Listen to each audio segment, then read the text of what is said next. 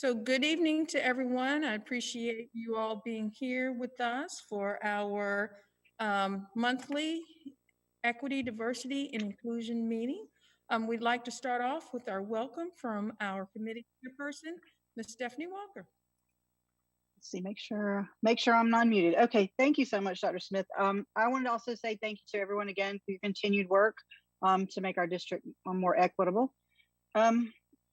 I know it's the practice, and I'd like to continue that of making the beginning time here, give some space and time at the beginning to address and reflect on important topics that are occurring in our country right now, especially in regards to the George Floyd trial, and then the most recent incidents involving the traffic stops and the senseless death of Dante Wright and the pepper spray incident, which has really kind of been very eye-opening to me.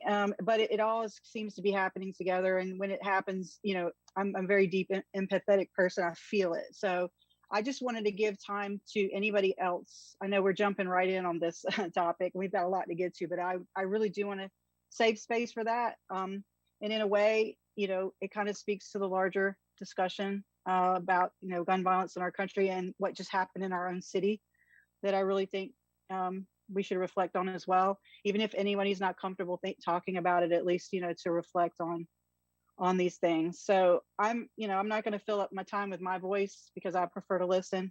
If anybody would like to take a moment to maybe just voice any concern or have any thoughts that you want to share, I'm going to leave it open for that.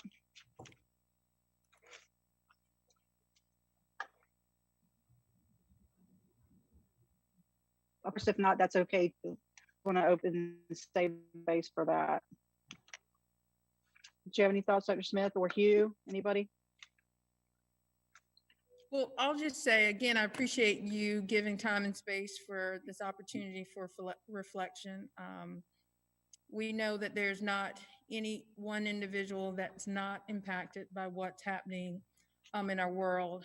And as educators, we know that this is having an impact on our children, which of course makes the work that we do so much more critical and creates that increased sense of urgency for this work. So again, just thank you for creating that space for everyone for this reflection and time.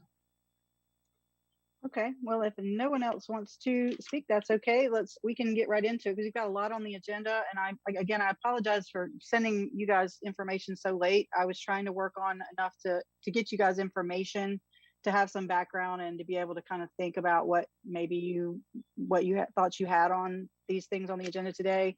There's some really important topics that are pertinent to policy, but also obviously the discussion on equity in our district on multiple levels. So if you want to, we can go ahead and get to our first set of updates, or we did the minutes. We don't really look at that, but the updates. How do you want to do that, Dr. Smith? Should I just go ahead and dive in, or? If I could speak to the agenda just a little bit to give. Oh, yes, ma'am. Okay, thank you. Some understanding. Sure. As Ms. Walker shared, we do have a very comprehensive and significant agenda this evening. But we also did receive some additional agenda items, and we, of course, want to create space and time for that. In putting together tonight's agenda, we tried to prioritize the topics, putting those topics that we thought were most critical to talk about at the top of the agenda so that we didn't have to place a time limit on any of those. And so we're going to add the additional item, if there's no objection, of guest collaborators, but we'll put that at the end. If we don't get to that this evening, then we will make that a priority for our next meeting. So hopefully for the folks who shared that agenda item, that will work as well. And so if no objections, what we'll start with Ms. Walker, policies 4302. Thank you, Dr. Smith. This was a policy that did come up to the board. I know there was a lot of feedback from the community on it. I do see that they've put it again on the agenda for a policy committee discussion tomorrow. I'm not sure why yet. I haven't had a chance to talk with anybody there, but I did want to bring to our group the discussion on this policy because, it's my job as, to listen to constituents and community members that have really important issues that they feel strongly about. This one does speak to a policy.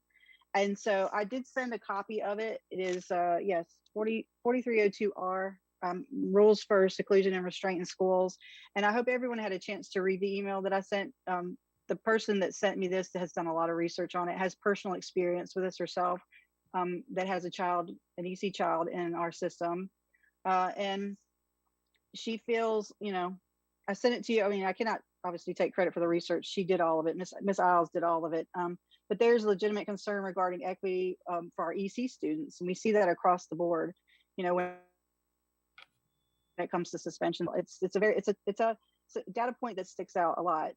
And when it comes to this policy, it's always a good idea to talk about it and see where we could potentially do better. I don't know that, because this is under updates, I don't know that anybody wants to add more to it. And I brought it to you guys because I know you think about these topics a lot. And I feel like if we can do anything to make this better, this policy, I would love to hear from anybody. You can reach out to me or any other school board members and give your opinion on it. I would like to open up the floor to anybody that has thoughts on the policy itself. And like I said, reach out to me if you had anything you wanted to add that maybe we could do to make the policy better. It needs to be policed. But when Professor Angie Porter, how many bedrooms do you got? 3 or 4? I got some background noise. Is anybody hearing the background noise? She got 3. stormtroopers in our community. You must be going this way. Back up this way. Who? I think I'm taking Okay, care of it. thank you. Thank you. Is there anybody on our EDI committee that addresses our EC students or policies to do with EC students that might want to add to this? And then if not, that's okay. I wanted to bring it up because it was a citizen concern, and it obviously is something I feel like we can perhaps do better with. Yeah, Stephanie, this is Sean. I can Sean. speak and kind of try to get the conversation started at least. I Thank don't you. want to be the only input here, but I certainly, as a parent of a child with special needs, like the use of seclusion and restraint makes me very anxious. I think that obviously we want to keep children safe, but it should be a very last resort thing. And restraint especially can be traumatic to many children, especially children with sensory issues. And so it can kind of make, if that happens, it could make school not a safe place for those children. So I think that I haven't had too much time to look through like the policy itself, but I wanted to ask, is this the same policy recommended by the governing board that we had outsourced all of our policy revisions to, or is this the currently implemented policy? Well, this came to the board for approval, and I know it's come up again, and I'm not sure yet why. Somebody said to me there might be a state or a federal policy that's changing, and that's the reason. But when it got brought up, there were so many other things that were happening in the board meetings at this time, and it was hard to really have a full discussion in open session over it. And I do agree with the constituent that brought it out that there are things we could do better. I think a professor even said to me, maybe the rooms we should be having are like trauma rooms, rooms that kids can go to. And that's not necessarily with EC kids, but I mean, across the board, that, if there are problems, and with suspensions too, be able to send them somewhere to be able to have the space to calm and down and to have the space, So yeah, I believe so. This was just updated recently.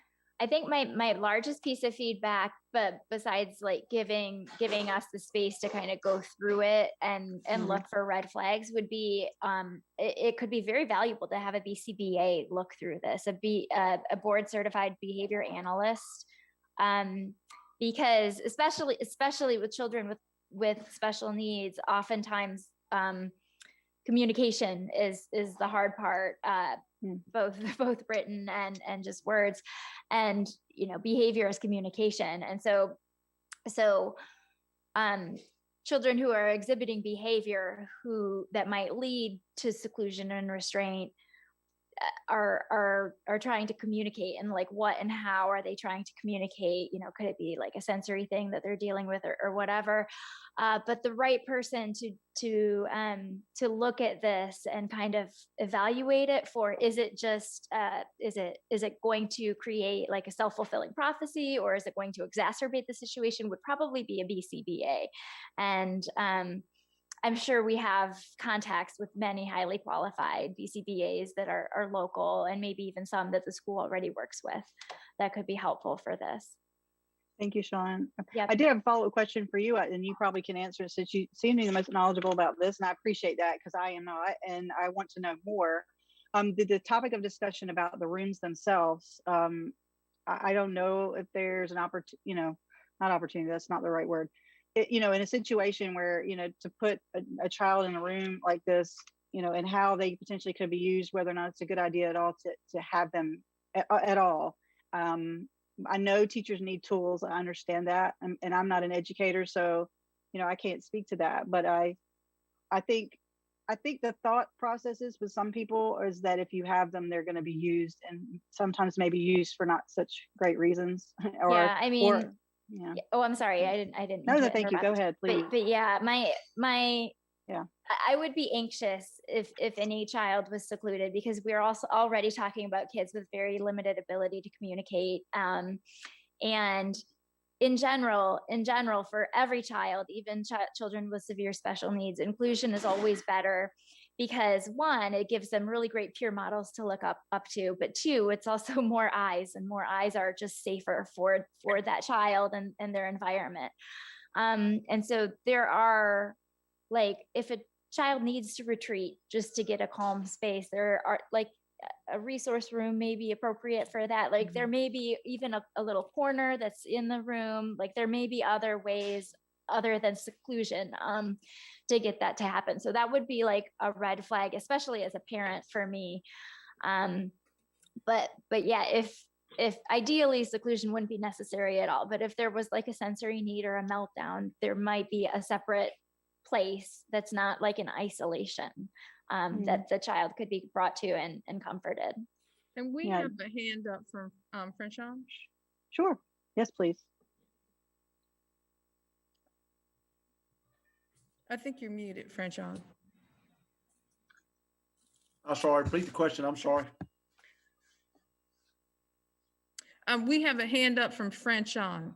Can you hear me now? Yes. Yep. I'm sorry. I had to change all my settings. Just as for those of you that don't know, I am a certified trauma specialist, and I am licensed to trauma inform an entire school. My services have not been utilized at all in New Hanover County.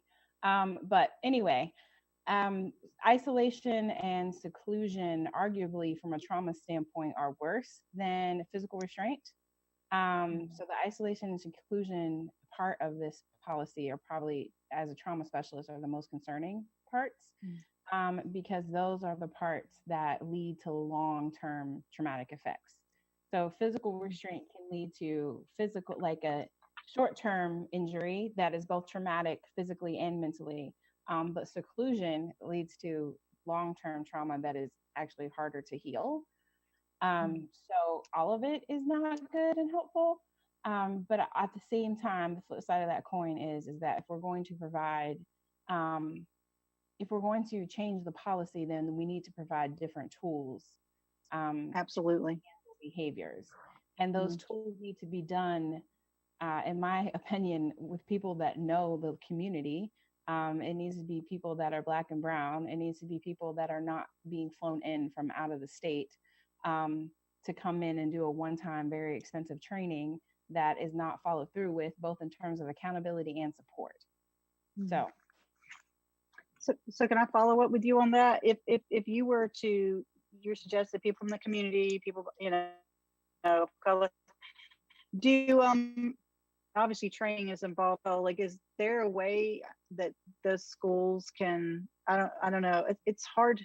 I guess I'm trying to find the right question. Like, is there a way to get more of that in the schools, and how do we do that? How is that done in your mind? That's the right So question. in my mind, what I've seen other people do, and I'm reached out to this for a lot, is a request for qualifications. Okay. And what that looks like is you kind of specify what you would want. So, and make it simple, but very clear that we're not, like, you have to have a certain level of certification.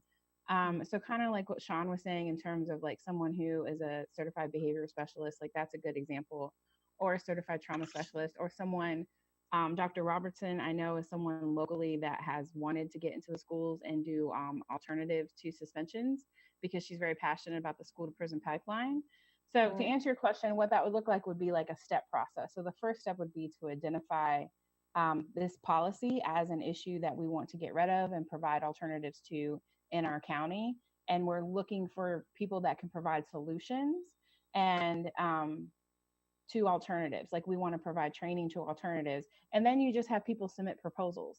And it doesn't have to be close to New Hanover County, but you can send it out as far as you want to send it out. And then once you get those proposals back, we review them, whether it be us or the school board or whoever those individuals are. And then you start engaging services with that particular organization or provider. That's Okay. what it was. Does that answer your That's question? what.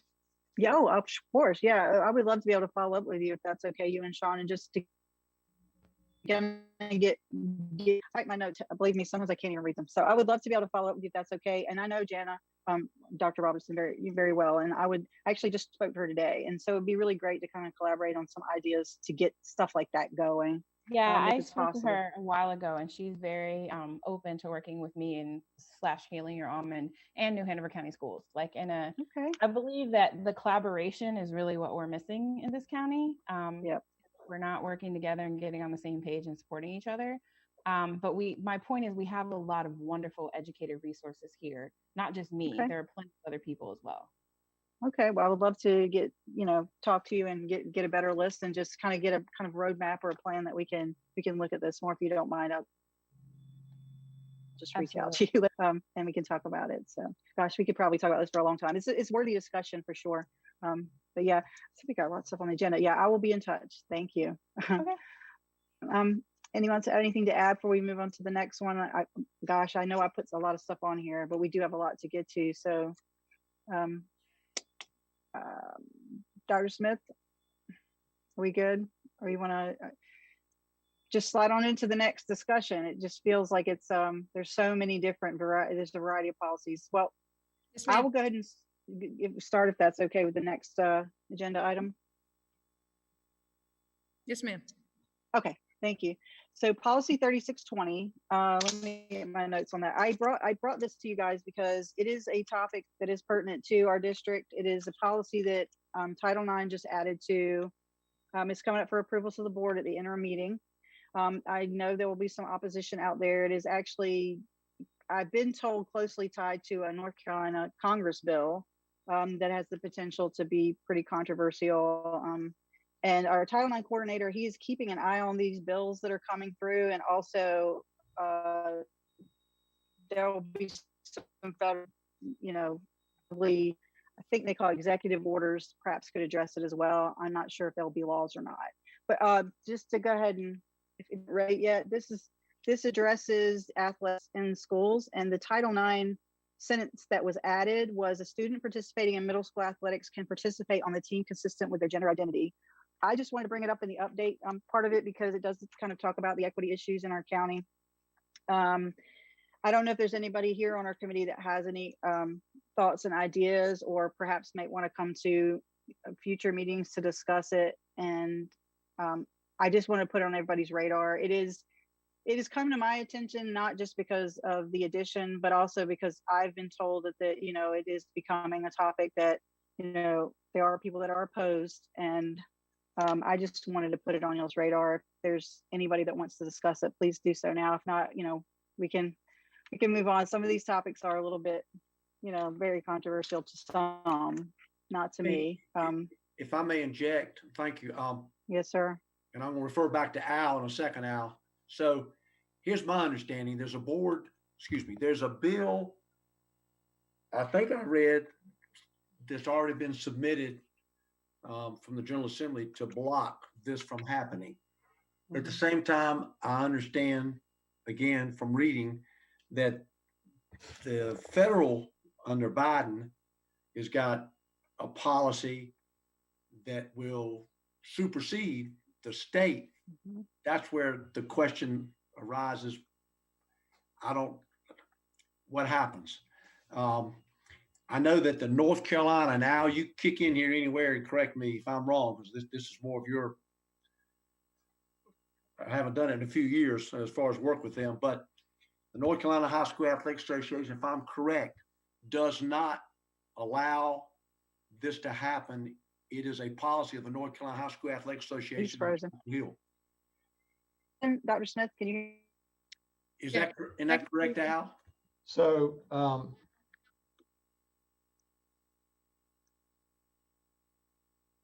I'm sorry, I had to unmute there. The North Carolina High School Athletic Association has a process in which a student would have to go through in order to be able to participate in a sport that was not listed on their birth certificate at birth. So there is a process that a student would have to go through, and then they would make the final determination on whether or not the student would be permitted to participate in athletics.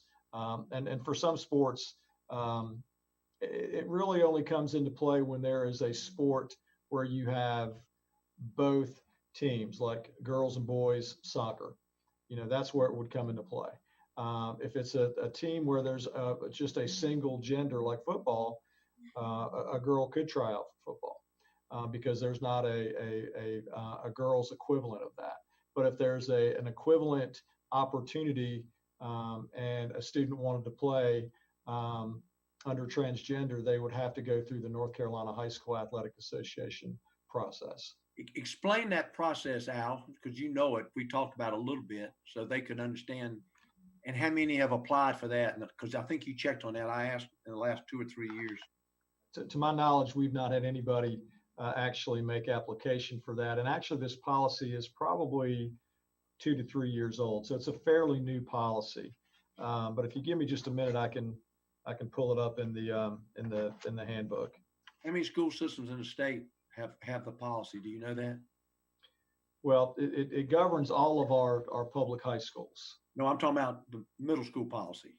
The middle school policy is actually governed by the local district. So the local district would have to make a determination if a student wanted to, a transgender student wanted to try out at the middle school level. The local district would have to make that decision. And the districts that I've spoken to, most of the districts have indicated that they're going to try to follow the North Carolina High School Athletic Association policy. That being said, it's a pretty comprehensive policy. And all of the districts I've spoken to, nobody has actually had a case that I'm aware of. I think I spoke to 4 or 5. Now, obviously, that could have changed, but yes, you do have to make a different decision. Well, you have to make a decision for the middle school at the local level.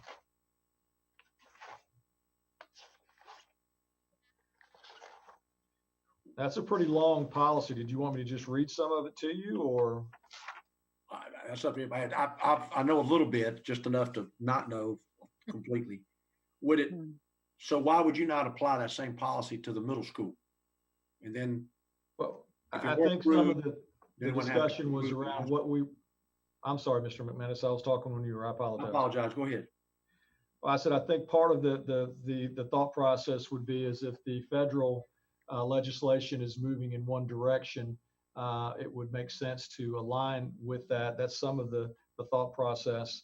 And of course, if you look at the High School Athletic Association policy, it is, like I said, I'm not so sure that you can just pull that off on the, at the spur of the moment. I think you would have to do some work to actually put something together to have all the medical people involved and all the things that would be required to do it like the association is going to do it.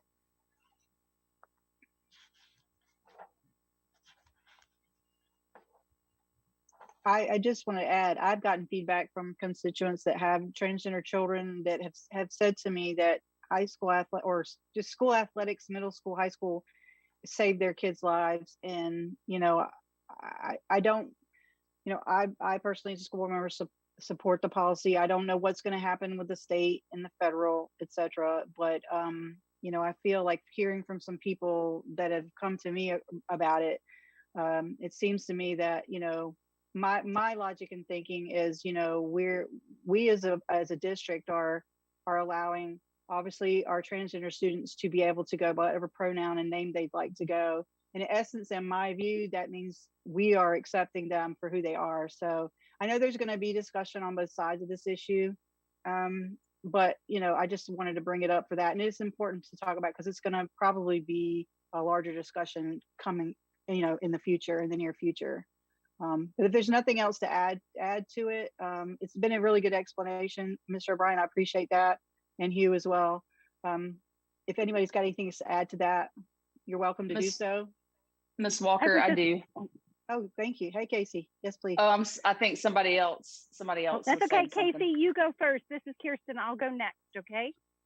I was just going to say that I'm encouraged, number one, that this is a topic being brought up at all.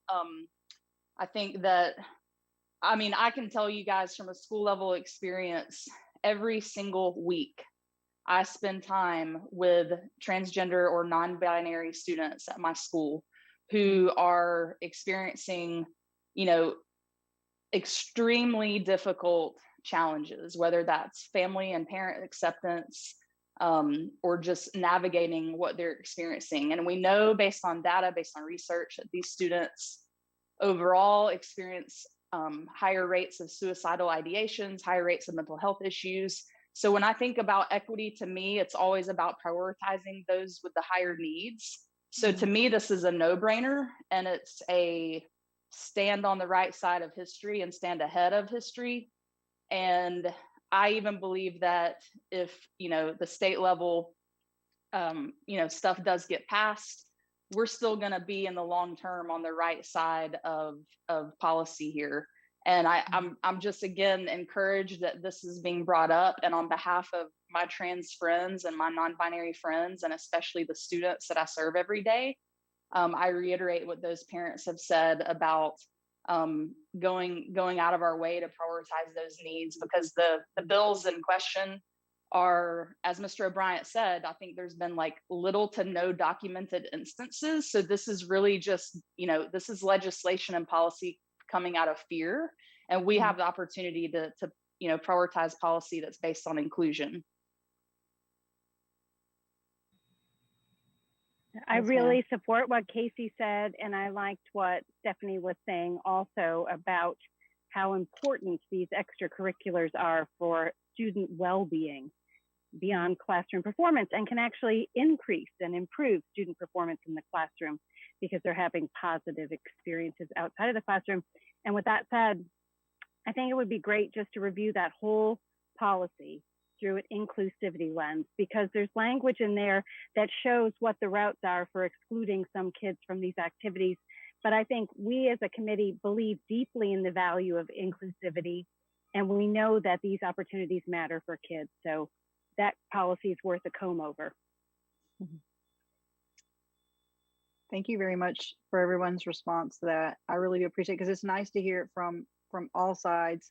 And definitely thinking, and at the heart of it, we always must be thinking about what's best for children and inclusivity. And so I really do appreciate the heartfelt comments too, because that's important. That's the other side of it. That's the things that maybe we get caught up in these policies and we don't really talk about or think about.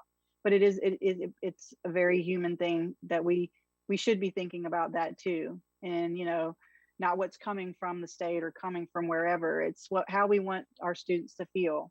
So I appreciate that. Go ahead.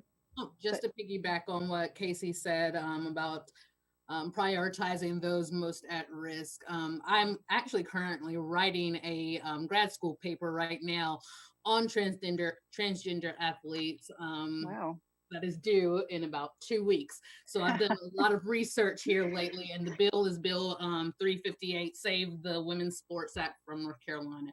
And it does have a good amount of research and documentation to back it up, but that same research and documentation that that bill uses to lay their claims is also used on those who are for it. And I just want to mention that through a lot of my research, it talks about transitioning and when people are transitioning.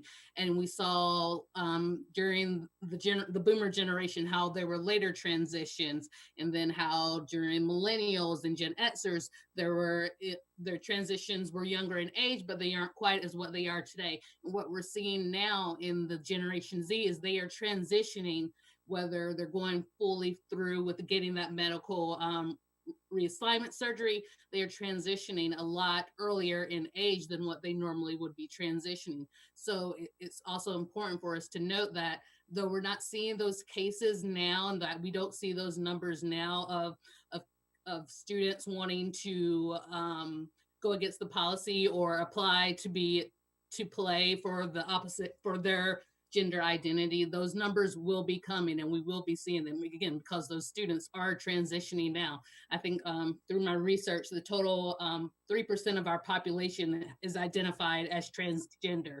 So that's like 1.4 million Americans alone. So the numbers will get there, and we will see those. So like what Casey and what Kirsten say, where do we want to be when it does get there? Very good point. Very good point. And I'm with you. I've been there in grad school at the end, so I feel for you. Good luck to you. Get plenty of sleep, and I don't know what else. Be healthy. Yes, no, very good point. And I think you're right. At least with my daughter, who's a Gen Z, she's 21 now, and I know it was different in high school, and in her growing up than it was when I was as a Gen Xer. So I know that I think our society is opening up more, and I see the change and the acceptance, and our policy should reflect that, in my opinion. So I'm with you there. So anybody else want anything to add? Very good discussion. I'm going to drop some information in the chat that's from the North Carolina High School Athletic Association in case anybody wants to read what their procedures and policy and checklist looks like. It's quite a lot just to read over the course of this meeting, but that way, if anybody wants to pull it up, they could do so. Thank you, sir. I appreciate it. Okay, I think Casey, you have the next item on the agenda? I do. Oh, awesome. Go for it. Oh no, I'm asking. Yes, Oh, yeah, I think student you do. representation at board meeting. And I'm going to stop sharing my screen, Casey. I don't know if you've got anything that you need to share. I don't. I wasn't aware that I was on the agenda, but I think that Mr. McManus could probably update us because the latest, when our committee met, he asked for like a narrative from Charlotte Mecklenburg schools, the partners we have there, that would sort of explain what their student advisors look like. They have student advisor to their board there, and they have an entire like student advisory council, which is linked up in a greater community capacity with the youth council there. And so he asked for that, and then I believe he was going to ask Mrs. Adams to add it to like a regular board agenda. So I'll pass that over to Mr. McManus. Well, actually, Casey, you're the one who gave me all the information, so don't give you too much credit for that. Well, when we first discussed it, I said we ought to try it and wade into it. And Casey's the one who set up. It was the Maryland School District and also Charlotte Meck. Charlotte Meckman had been doing, help me, Casey, what, 3 or 4 years maybe? They started it. Maryland. Yeah, I think probably 7 or 8. Was it 7 or 8? Okay, I'm sorry. And Maryland was like 41 years or 46 years. Yeah. They actually, their students, I think one was on the board, and they also voted and went to closed sessions. I don't know how, but that's another whole discussion. But my whole take was to try to start somewhere. And I mentioned something to Stephanie. I don't know how she feels about it, but that if we don't do anything but invite them to come and sit and start developing dialogue, and with your leadership, of course, we can get into this. I think it would be certainly advantageous to have kids there and to get their opinions on certain things that are directly related, particularly to them as students. So I'm behind you, Hugh, on that. I'm behind your whole subcommittee. I love it. So I did ask Ms. Adams. I don't think it's on there yet. I know we have a full agenda, but it is something. But Casey, when it comes, I'd like for you to present it because you're much better speaker than I am. Well, I wouldn't be able to do that. It would need to be students, I think, which is part of the being intentional and mindful about it, I guess. I guess one question I did have, and that might be answered later, is whether or not the board would want an adult and student partner from these other places that we have connected with to be present kind of for that initial discussion. And then to follow that up, I would just say that some of the students that did attend that Zoom event to learn more from those other places, They're amazing. We were going to try to get back together sometime in late April. And I know Caress also is working with Dr. Faust and a student that he has like a student advisory council as well that has been meeting. And so she's kind of getting a feel for students there that might also have an interest in, just understanding more about decision making and having a role there. So that's where I would say we are, is just making sure that we continue to create a space for students locally to discuss like what that would look like. And I think from what the students are going to need from the board is like, what does the board see as the goal, and how might they envision measuring the effectiveness over time? Do you think it'd be advantageous if we, with Dr. Faust and that particular group that he's working with, let them be part of this development, this discussion, since they're already chosen at this point to deal with him as an advisory council? I think it'd be probably a good place to start it also. I mean, the discussion about it, setting it up. I know I don't know who's on that count. Sorry, Casey. I was just saying I don't know who's on it, and I know Casey was really kind of adamant about having students that don't maybe get the opportunity, and I don't know who's on it now, so that might be the case. Well, I apologize. I didn't mean to select those students as much as right. them to dialogue about that possibility and maybe Got you. Yeah, to help support it. Caress, do you have thoughts on that?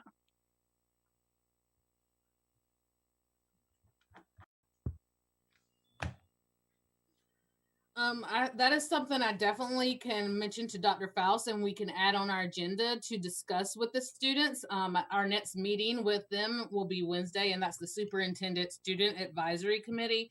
Currently, there are 2 representatives from each high school who serves on that committee, and 1 representative from Mosley, just due to their small population. I will say, we sent a survey to the students last month. They have a lot of opinions, have a lot to say, have a lot to think about the decisions that you guys, when I say you guys, the board makes every month on Tuesday night. So I definitely think they would be a good start for us to kind of get further information from. But I don't think, and again, don't think you meant this, but just to state, I don't think we should use just that sample selection of students. I do think we should kind of filter it out for when we look at the board one to get different students, just because these students were chosen and selected for this one role, and then the board role will be a different role. So definitely look into other students, but I think having them start the conversation and getting their thoughts and ideas out there right now would be something to look into. So I'll make sure before Wednesday to send you a date with some information for the end of April. That way, if any of those students want to be involved, they can. And then otherwise, I would just kind of reiterate to the entire committee here, especially our community members, how helpful you all can be in helping us ensure that we are making sure we're touching some youth who otherwise maybe haven't been considered for such opportunities. And I will, if for whoever I guess wants, I don't want to necessarily email the whole group unless everyone wants that information, but any help you all can provide in passing that information along is helpful. And I believe that our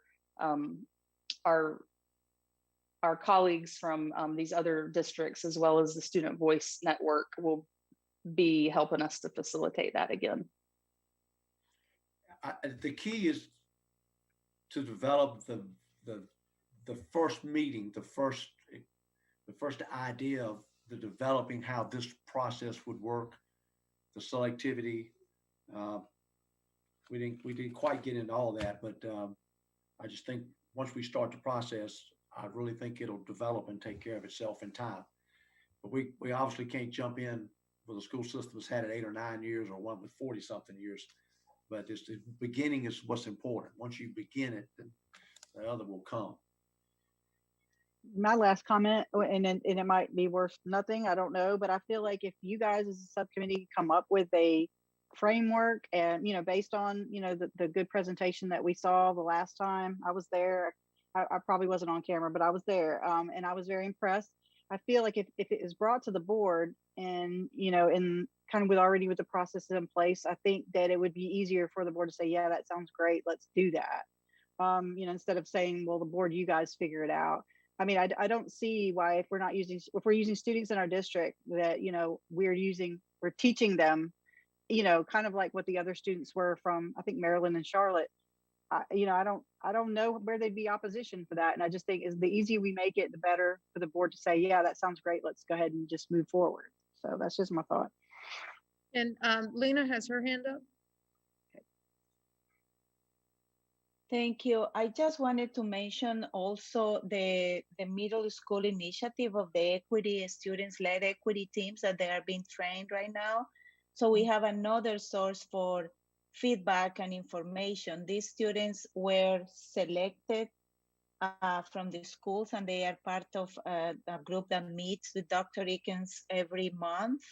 And then we are, in my school, we try to create like a group of teachers, and I am there as part of the equity team to listen to what they learn from the experience, the things they want to share, because it's only students with Dr. Eakins. They don't allow teachers there.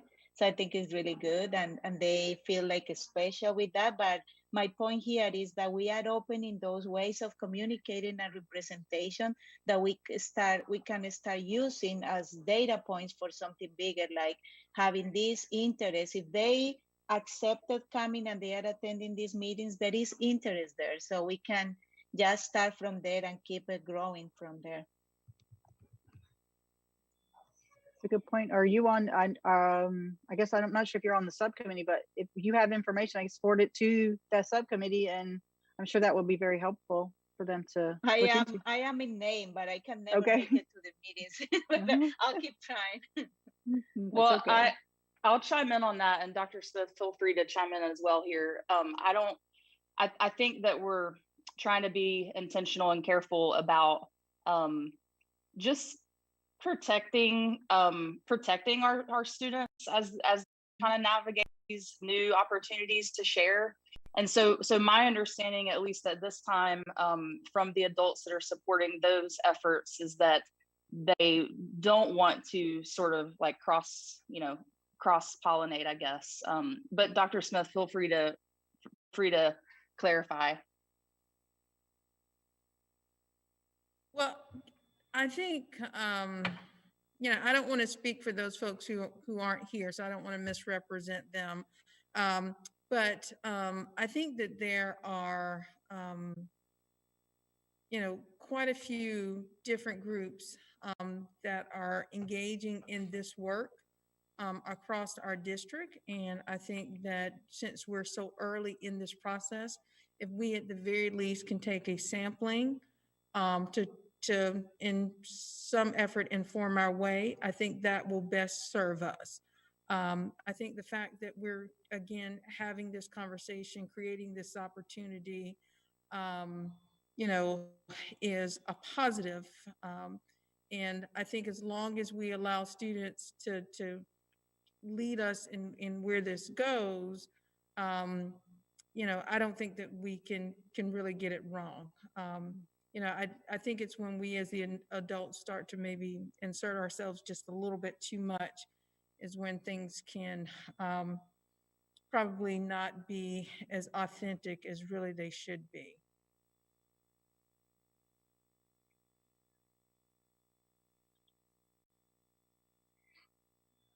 All right. I guess the next subcommittee meeting you guys have, can maybe you got some good ideas to get you started on the next steps. Perhaps, and if not, I guess reach out to the rest of us via email and just see if we can give you some more ideas, if it'll help you. Does anybody want to add anything else to that, to this agenda item? Okay, so Dr. Smith, do you want to facilitate the next agenda item? It's the subcommittee updates. Yes, and I'm going to go ahead and share my screen again. And thank you to the folks who had the opportunity to add to this document. The only reason that we sent this out was really an effort to save just a little bit of time. We wanted to have you go ahead and formulate your thoughts around the work that you've done and the update that you wanted to share. And then to allow you, once you've shared, to expand upon that. So we can just go ahead and start with our subcommittee one with your update for goal one. Okay, great. Thank you. You'll remember that Sean and I created a set of spreadsheets that could be used as equity audit tools, and they were intended to launch continuous improvement processes in the schools. And so we've slowed down a little bit as we get to learn what's actually available in terms of data. And so after our January meeting, I sent a letter to the school board and let them know that there are resources to open a research office in a school district to ensure that compiling data such as those requested in the spreadsheets isn't such an onerous project. And in fact, those are data that are reviewed regularly by teachers, principals, district leaders, and school board members. And so after I spoke with Ms. Adams on the phone and shared some national resources that help school districts to set up an office like that. Sean and I have reviewed the data that Dr. Smith made available, and I thought that was really helpful that Dr. Smith gave us a folder for the EDI committee with data available, but those data are nowhere near what could be compiled regularly in a school district, what could guide educators' decision-making, especially in terms of equity. And so Sean and I are going to meet with Dr. Smith later this week to talk about things. That's at Dr. Smith's invitation because Dr. Smith has some clever ideas for us to move forward. And I'll just mention that the Cape Fear Collective is going to be at your board meeting tomorrow, talking about developing a memorandum of understanding for data use, which I think is fabulous. I think it's absolutely fabulous. But you've got a spreadsheet that serves as an equity audit tool, and you might have other folks in the district who are requesting similar compilations of data. When you get your memorandum of understanding, it should serve district decision-making. You want to see those data regularly. It should be for the district, and I'm quite certain the Cape Fear Collective is coming in that spirit, but it's the kind of thing that as an educator, I don't know how I would make a decision for students in our district based on what's in that folder for the EDI committee. And I say that to you not to be difficult, but just to say, if I don't know how I would make a decision based on those data, I want to use my voice then to make sure that you have the data you need to make those decisions. Thank you for that. Anyone else or anything in addition to? Come on, Peanut. Okay. Goal 2. So our subcommittee 2. I can speak with this one with maybe support from Casey if I don't go into enough detail. But for subcommittee 2, you can see that the goals that we've made most progress on so far are to support career and college promise at high school levels.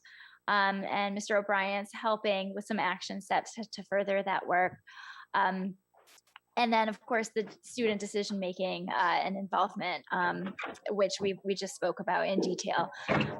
We are, in our other goals, progressing towards inviting collaborators. And that is on the agenda for later this evening if we're able to get to it. But that is an exciting one for many of us because we can further the goals. There's some feedback on the earlier we get to equity, the better. We can further goals perhaps earlier than the high school level here and in maybe more of a broader sense. And so some of those people that we had ideas to approach as collaborators and invite them into our equity work, the AIG reps, world language reps, EC reps. There's also possibilities to use community leaders and advocates, including some folks that have expressed interest previously. And have some concrete ideas. And so we're going to look at the specific goals that we have and try to match them up and maybe come up with new goals if that makes sense. I think that we've all agreed it's kind of a living document. So I'm very excited about the progress we've made. We've met a couple of times and we have a meeting next week as well. But I think that one thing that will be key is inviting and extending our expertise outside of just our little committee and getting it really rolling into a more of a community base, using people from both inside and outside the New Hanover County school system. So that's kind of what we're looking at right now. Casey, was that comprehensive? Did I miss anything? You did a great job. Okay, great. All right, thank you. Appreciate that. Goal 3, I noticed we don't have an update here, but do you want to give opportunity for our folks with goal 3? Yeah, that's probably my fault, but to my defense, it's been extremely busy and I apologize. I haven't had a chance to meet with the subcommittee and I hope we do better. Obviously I would like to meet, more to discuss it in greater detail, but I will say the goal 3, which is reducing suspensions in elementary schools. This was a topic of big discussion at our last board meeting. We were coincided with the policy update of 4300, which just talked about student discipline. There was a lot of good updates to the actual policy that, it's a policy, but the revised version of it did add a lot more things in it that can be done to avoid suspensions. And I know I've asked board members at that time, if we can revisit this, especially in the summer.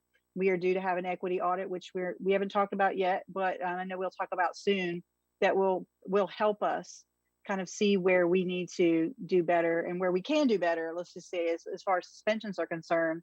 I had a discussion with Mevin Boyd from the Resiliency Task Force. She says she's getting ready to do another position, but I shared the data I had with her that, that I got from Dr. Smith and community members that could combined some of those numbers. And because I wanted her to be able, I wanted people in the community to be able to give us some feedback as well. And so I feel like this topic is still relevant. There, the policy discussion we had and all of the public just got really involved in this discussion. And I'm glad because I feel like I said, we can always do better and hopefully we will. I know Mevin Boyd talked to me about a pilot program that the schools are doing using a trauma sensitive program and training. And she said to me that, I think 5 of the schools got full training, 5 were in the middle of where COVID happened, and that they're hoping to kickstart that again in the fall. But that is all kind of around the goal 3, which was reducing suspensions. I know there's another push in the community to really, really look at K through 2 or pre-K through 2. And so it's ongoing. It's definitely ongoing. And I hope to have a better update next time and that our committee gets together, more often. So that's all I have. Thank you. Well, thank you. I appreciate that. And again, we recognize that there's quite a bit of work that's happening, whether it's within the committee or outside. So we appreciate you sharing that information. Goal 4, subcommittee 4. Okay, Rachel, I'm gonna need help here. So I'm gonna start and you pitching in the new things, or if I misrepresent our team here.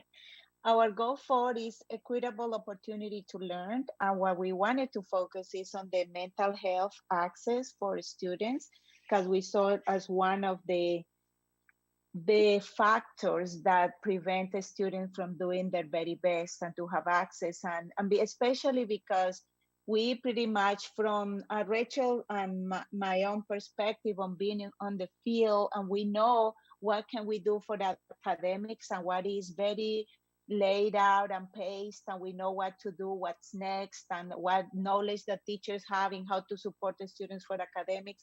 But then when we go to the mental health, the emotional development, the social emotional growth, that's when we saw one of the weakest areas. And especially when the students don't correlate the mental health issue with behavior. Sometimes it just go unrepresented or unnoticed for the entire career just because they don't misbehave. So we have been learning in the process. The more we dig, the more clues we find, the more people we need to talk to, and the more excited, but also more like kind of, oh my goodness, this is getting bigger by the minute. Because first we thought that it was as easy as trying to correlate the NTSS process. And please, if anybody's not familiar with the words, I know that the jargon can be overwhelming sometimes. So we have a system for academics to support the students in the classroom and the teachers. And that is especially for reading and math, and for behavior, when the behavior affects the academics. So we thought that part was going to be connected directly with mental health. But in doing research, we realized that is not the case. Mental health doesn't necessarily correlate with behaviors outbursts. So students who are having, for example, depression, they are not behavior issues in the classroom necessarily, other than being disengaged. And if that doesn't affect his academic performance, that could really go unnoticed in their school life. So when we start talking by the counselors in my school, and then they made it very clear for me, and then I really appreciate that. And then they say, no, it's a different process. Some students can just go at a mental health referral without having the MTSS process, or the other way around. Sometimes the behavior shows up as a representation of one of the symptoms for the mental health issues. So that when we were talking, we realized that we need more training to detect those stages, especially on the K2 setting. That is when everything starts showing up and when everything potentially can be prevented and can do a better job. So that was one part. So then Rachel and I started looking for the fact that some schools didn't have mental health provided, like appointed in the school as a school-based one. And then we went straight to Ms. Jackson, that is the person in charge, Kristen Jackson, that is the person in charge of all this process. And she provided us with the list of mental health providers for the county, and how now they have a group of people that is the leadership. They have a leadership team where they meet monthly to analyze the data that comes specifically for mental health and the providers and all that. So there is something going on to help with that. One of the goals that they have, and I think they are very close to get it, is to appoint one mental health provider in every school setting, and different ways they are working on that. We also have the mental health data from 2019. That is the most updated version that they have. And I put the links there, Jari, if anybody is interested in checking on that data and can have some questions. If we don't know the answer, we know who to ask. So we can get that information updated for you. So the meeting with Ms. Jackson was really, really productive, really enlightening for us, because there was many things. And we are in the place where we should know many of these things, but there were a lot of things that we didn't know. So imagine teachers and trying to navigate that and trying to have early detection settings when they are not prepared to do that. So we talk about the possibility, or I'm guilty of that. I talked to Ms. Jackson about why we don't have the mental health providers doing training to teachers and doing this and that. She told me, no, they are clinicians. They don't do like the teaching part. That's why we have counselors and social workers, and they are trained to do that. So then we say, okay, how is the role of the counselors and the social workers defined, so they have time to do that when they have this amount of students that they need to, to keep profiles and then keep updating information and all this and that. So then she explained us that they have a rotation system. 1 year they are supposed to work on the abuse detection of abuse and health kit. They have a rotation every year. They address different things. So we haven't got to the mental health part and detection, and those trainings happen at the beginning of the year for teachers during the work days. So we need to get better at that, but there is a system for that too. So there are many things already ongoing in the county. We just need to put everything in one place and make it, make it open for everybody to know and to understand what they are doing. The ongoing discussion, and we also have a really nice conversation with Ms. Jackson. She was very open and ready to provide any information and answer any questions that we had. She talked about the idea to pilot a universal screener for social emotional, and there was always opposing points of view to that. How we gonna, how these universal screeners can be manipulated or subjective depending on who does them, and especially in the K2 setting. But is it good to collect some information? Yes, no. So we are still in the process of deciding. But she said that for next year, there is an idea to pilot one, at least to see what we can gain from them and see the benefits for our county. For next steps, we're thinking, Rachel and I are thinking that one of the biggest issues that we have is that we don't have a unified referral process from school to school or from provider to provider. So that's what we want to research on. We want to keep checking on the different referral process that we have to sample some of them, and then try to come up and see we can talk, because this is a work with the community. There are different community providers that provide services for the students, so they have their own system. But we are one school and one county, so we are thinking that that would be really worth our time if we can come up with some unifying criteria on that regard. And the other thing that we want to keep digging and having more ideas is to meet with the Lake Forest Academy Clinical Director, because that's when we get with our students end up when they are having one of other issues and see correlations there on behavior and what else we can explore from there to hear just different perspectives. That's where we are right now. Rachel, did I forget something? No, you did an excellent job. I think there was a lot more going on than we knew about to ensure equity across the schools, and that schools that didn't have providers before have people assigned now. And then there's plans for unifying things next year that are not unified right now. So it was pretty exciting. It can really alter our goals for what to improve, because the county is taking care of stuff, which was really great that people are paying attention to that. So I think a really big emphasis is going to be to get the word out and make sure that people are aware of these options for their kids, whether that's school staff or directly to parents, because they are a huge part and accessing this resource cannot happen without them. So thank you, Lena, that you did a great overview. Thank you. You are kind.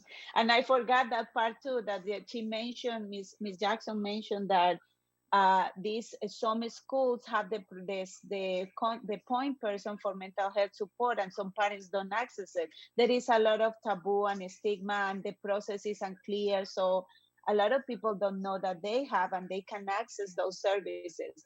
And there is insurance involved. So there is a lot of, little tiny details that we don't know about that makes it more complicated for access. Okay, thank you. All right, thank you. I think you guys make a really good point. And others of you have alluded to this as well, in terms of reaching back to staff to find out those things that are already taking place.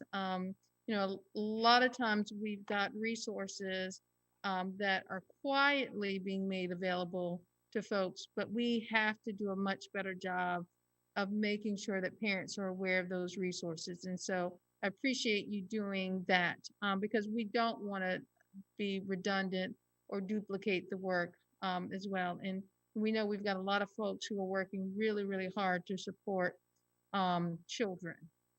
All right, so Subcommittee 5, Goal 5. May I ask a question? Yes, sir. What is, or what has been the most successful medium to share the resources to parents and all those that where it's necessary? Because I heard somebody ask that question as a question. So I would say, and I hate to actually answer you this way, but I would say it really just depends. I think that there are families who do well with just accessing via email or via the internet, who are positioned in our community to access the resources just simply based on their need. But then I think that we also have families that we have to provide additional support to, which might mean reaching out to them as individuals, doing home visits, making sure that the information sometimes is given to a trusted source. So sharing with the community agency that they're comfortable with, and then that community agency being the conduit. So it really is, I think, dependent on the individuals. And Franchon, you just said it so much better. Different families need very different things. You just were so much more concise than I was. But thank you. Yes. And there also needs to be like awareness on the cultural impact or the way that the families see the mental health, specifically speaking about this goal. It's how they perceive culturally when they ask for help and they end up needing mental health. And then the more we know about how to address that with the family can make a huge impact on the access they are gonna make, or the effort they're gonna put in getting the going to the sessions and doing all that, because sometimes it's after the school or they have to access like different places, like the Horizons place that they have here, different places that is not within the school hours. So it's an extra endeavor for parents. And for our Hispanic communities, for example, if we don't find a bilingual person to provide the services, forget it. It's like going to the doctor. They don't like going to the doctor that don't speak the language because they can't express themselves. They can't, like they feel they are not understood. So it's not true, or it's true for people that understand it that way. So there is a lot of things that we need to take into considerations to give them access. Sometimes when the teacher go and tell them it's just enough, but what if when not only the child needs support, but the family needs support? How can you convince the family that that's what they need in order to support the child? They need to attend the session themselves. So it's really complicated. All right, Goal 5. So on Goal 5, equitable resource distribution, action steps we have taken. We have reached out to human resources regarding bilingual staff, not just our staff who are family liaisons or who are just our Spanish teachers, but just kind of trying to reach out and gauge how many of the 4,000 employees the district has who are bilingual, either in Spanish, French, Vietnamese, Chinese, Mandarin, whatever language. Currently, HR let me know that they do not have that information and have not tracked that information in the past. They have informed me that the new system that they will be moving to next year will be able to track that information.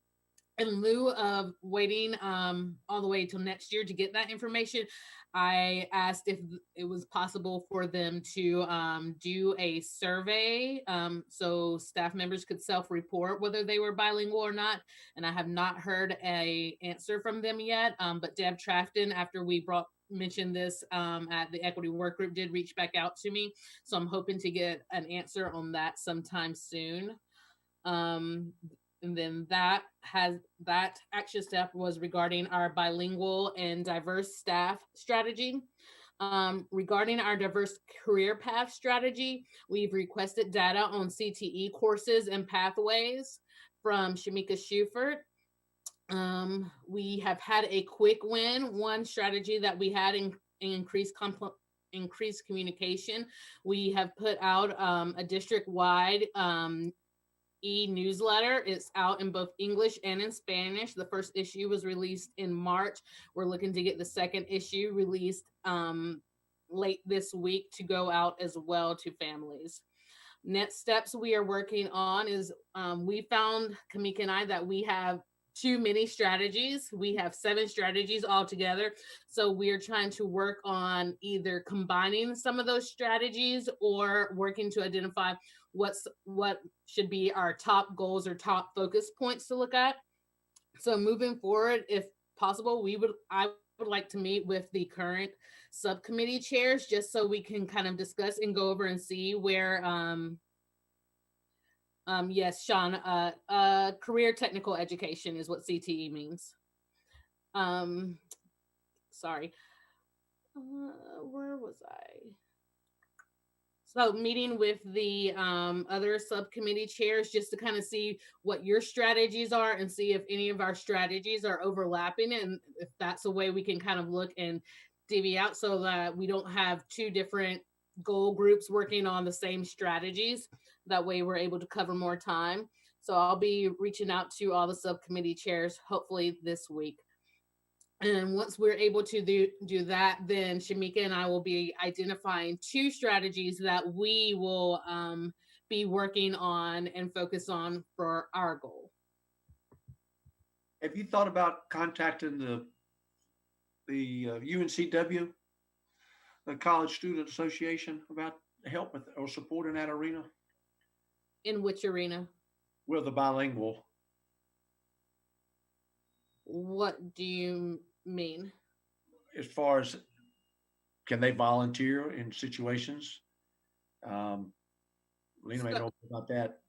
So we do have a partnership with the Latino Alliance, and they do help and offer support to the district. And then I do believe Maria Black, who is our bilingual Spanish liaison, works with several different UNCW students to what end and to the amount that what they do.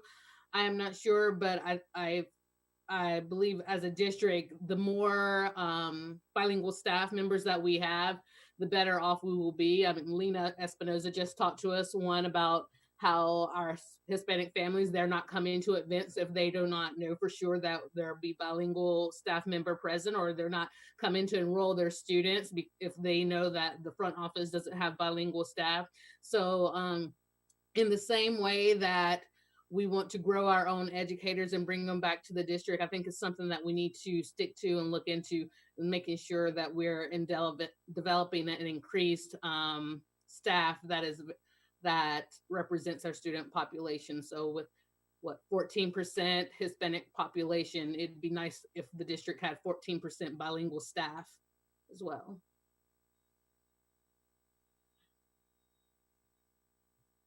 All right, thank you. Goal 6.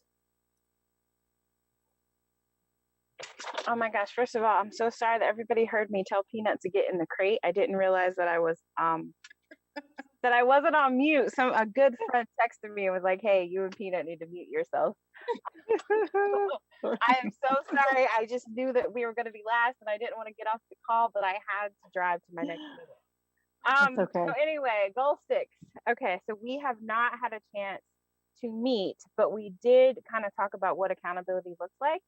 And we came up with 2 things. One, I am confident we will agree on. The second one, I think we will agree on. So my teammates, feel free to correct me if I'm wrong. The first one is communication, making sure that communication from us is not going directly always through the principal. One of the frustrations of teachers is like, there's all these expectations, and not only expectations, but also offerings. And sometimes that information is only given one way and is only being provided through principals.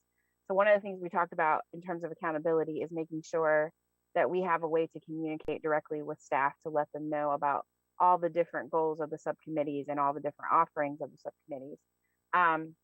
So that was one thing we talked about in terms of accountability. And then the second thing was, we're really relying on the subcommittees to, once you guys make decisions and action steps, that you also identify who the accountability person is, whether that be principals, educators, head of HR, superintendent, whoever it may be, that the action step also comes with a person that is an accountable or an identified position that is accountable. And then our job is to follow up with those individuals to make sure that those action steps are being met. But again, that information has to come from the subcommittees to us. And then we will help to follow up with that. So basically, we see our role as communication and specific accountability in terms of roles or positions. Well, and I'll say this, I think you make a great point, which is a wonderful segue. Our new public information officer actually just started today.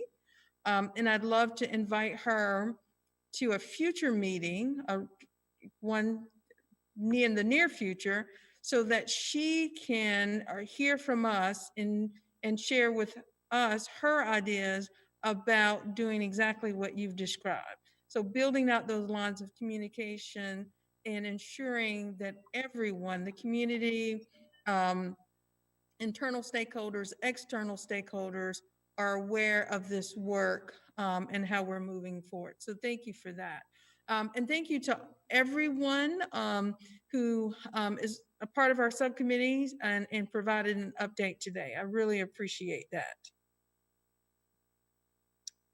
All right, and I think, Ms. Walker, we are now ready to transition to our next item, which is Forest Hills Immersion Program.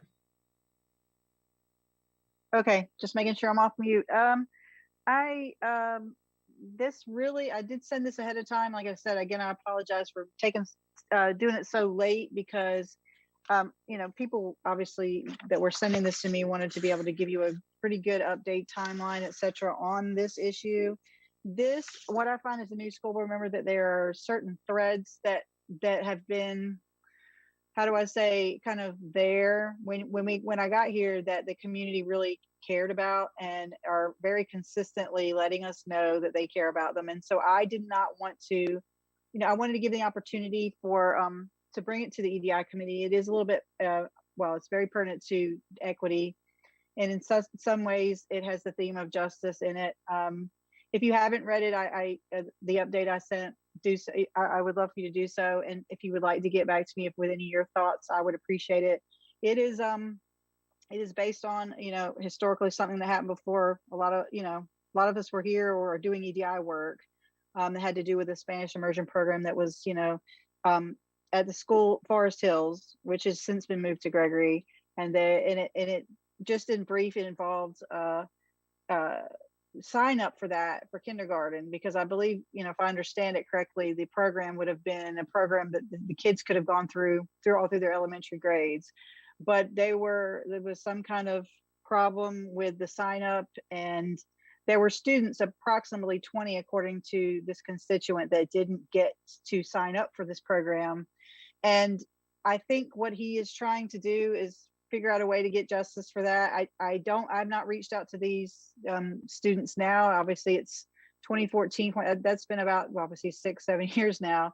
But when the one thing that sticks out in my mind about this, the description of this, is that this program just seems to be a very attractive program, a very kind of a great program that could potentially lead to, being worth money one day when you grow up, to be immersed in Spanish, to be able to know another language for your career, in your adult life. And I think this person believes that if if they had been given the opportunity, this would have been something that would have been good for them in their careers in the future. He has offered, what he thinks are maybe some remedies. This seems to me a bit of a controversial thing before I got here. Without saying the wrong thing, or not giving it justice as well, he has kind of put some ideas about what we could do to remedy them. I personally don't know the students themselves or the families. I haven't had an opportunity to reach out to any of them. I just wanted to bring it to the committee. I wanted to do my job as a public servant, to bring it to you guys and maybe get some thoughts on maybe what could be done now. He suggested in his message, there can maybe be programs that we could do, or training, or language, training that maybe we can give for these students. I know it's never really going to take the place of what they could have gotten in the program, but that's even, you know, supposing they would want or need it now anyway. But if any of you have any ideas, I did not want to go without bringing this up and mentioning it. But if you have any ideas that maybe are creative that you know of, I would appreciate them. You can send them to me or call me, and we can discuss it. Like I said, it seems to be a topic that was here before I got here, and it's not gone away, and it deserves at least some discussion and, you know, attention. So like I said, if you're welcome to say anything, if you don't want to, you don't comfortable, that's okay too. But I know there's a lot of, you know, very, very talented people here. And yes, oh, thank you very much, Lena. Yeah, please reach out to me. I would love to hear your thoughts on it, and I would love to see if there's anything we can do that kind of makes up for what happened. So read the update, and then just get in touch with me.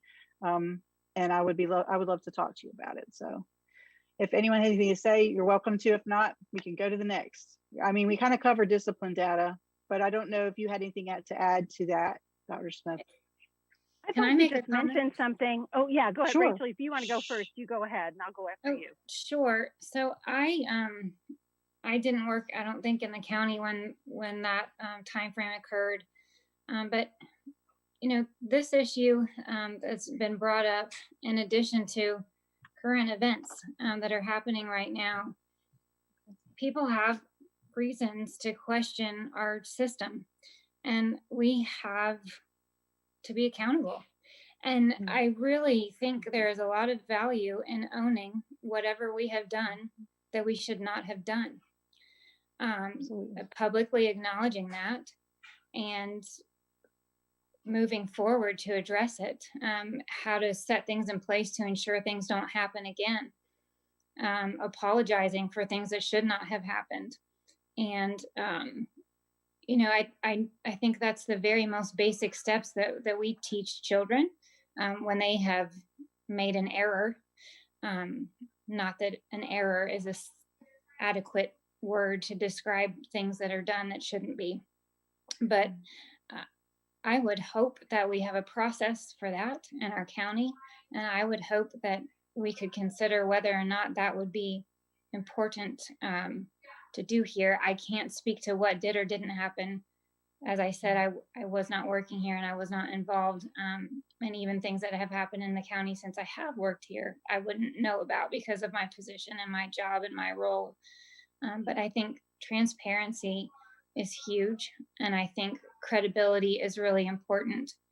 And we're entrusted with the lives of kids, and we have to make really good decisions for them. And when we haven't, we need to acknowledge that, and we need to make plans to make sure we make better decisions in the future. Thank Yeah, you for I that. really I like what you're saying, Rachel. I think that's exactly right. And I think the value that Mr. Edgerton brings to us in bringing this story back up again, and I'm not sure if he's allowed on New Hanover County Schools campuses again, but there was the time that he wasn't as a result of pushing this issue. I think the value is that I would imagine something like that happened today, if not in this district, then in the district next door, because you don't get racial disparities in education outcomes without having racially disparate opportunities to learn and take in the curriculum. And so we have racially disparate outcomes, don't we? That's because we have racially disparate processes. They were with us historically for 400 years, but they're with us today. And so the question is, and I love that you brought up the accountability issue, Rachel. The question is, are we going to look at it? Are we going to get ourselves a data office so that we can look at these things regularly? Are we going to dig into stories about, well, when is it that restraint is being used with students? Who is getting secluded and for what reasons? And what was the educator perspective on that? Because we don't have a lot of terrible people in the schools. We actually have a lot of wonderful people in the schools. How is it that wonderful people end up doing terrible things sometimes? And what can we do to reorganize the system so our wonderful people do more wonderful things more frequently? We get rid of these racially disparate processes so we can get rid of racially disparate outcomes. Thank you so much for those comments. And I know I did not do Mr. Edgerton justice when I explained. It's a really weird place for me as a board member to bring such things up that have been so controversial, but I'm very much agree with Rachel and about accountability and transparency. And that is what I really hope that we do going forward. That's what we need. We have to restore trust in our district. And we've got, like I say, I agree, we've got great people, great district. You know, obviously we couldn't control what happened in the past necessarily, but we're here now. And, you know, bringing it up, it shouldn't be a problem to do, so we can reflect on it and maybe obviously prevent it from happening again, but also be able to figure out, is there a way we can do something that we have not done yet? And I'm very open to hearing this, and I will take it as far as I can. You know, I'm only one board member, but at the same time, you know, these are the things that since I've gotten here have been little threads that have just been lingering in our community that need to be addressed. And so that's why I wanted to put it here in front of you guys. And I want to hear if you have anything that you feel like we could potentially do to repair anything, if it's possible. But I'm willing to talk about it and I'll bring it up at big board meetings, whatever it takes. So please reach out. That's all I have to say. It looks like we got like 1 minute left on it. I know we started a little bit late. So anything else? Or do we want to go to the next item, Dr. Smith? I think you could address the equity audit pretty quickly. Well, maybe. I think it probably would take a few minutes to be able to do that. And I'd really would like to be able to respect everyone's time this evening. Of course. And I know, Mr. McManus, in the past, we've allowed you to close, and I'd love to give you the opportunity for some closing words for this evening's meeting as well. Going last is terrible. Well, welcome back to the real world, folks, after our spring break. Glad to see everybody. I got up this morning at 4 o'clock to go hunting, so I'm kind of, maybe I'll be quieter if I go hunt more often. But I'm glad to see everybody back. Hope everybody enjoyed and had a good Easter and back to business. All right. Well, our next meeting is scheduled for May 3rd at 5 o'clock. The meeting will be virtual, but for anyone who wants to be present, we are here at the Board of Education Center, and we do have seating for up to 50 people. So just wanted to make that known publicly to everyone. We will also have Sophic Solutions, our folks who are producing our equity audit. They will be with us to provide us with some additional information about their work. Because I did not get a chance to give you an update this evening, I'll send you an email update with information in regards to where we are with the audit. And then I'll ask Ms. Cherry Smith to also include that in the minutes, so that'll be publicly available as well. So thank you to everyone, and I hope everyone has a wonderful evening. Thank you, everyone. Thank you.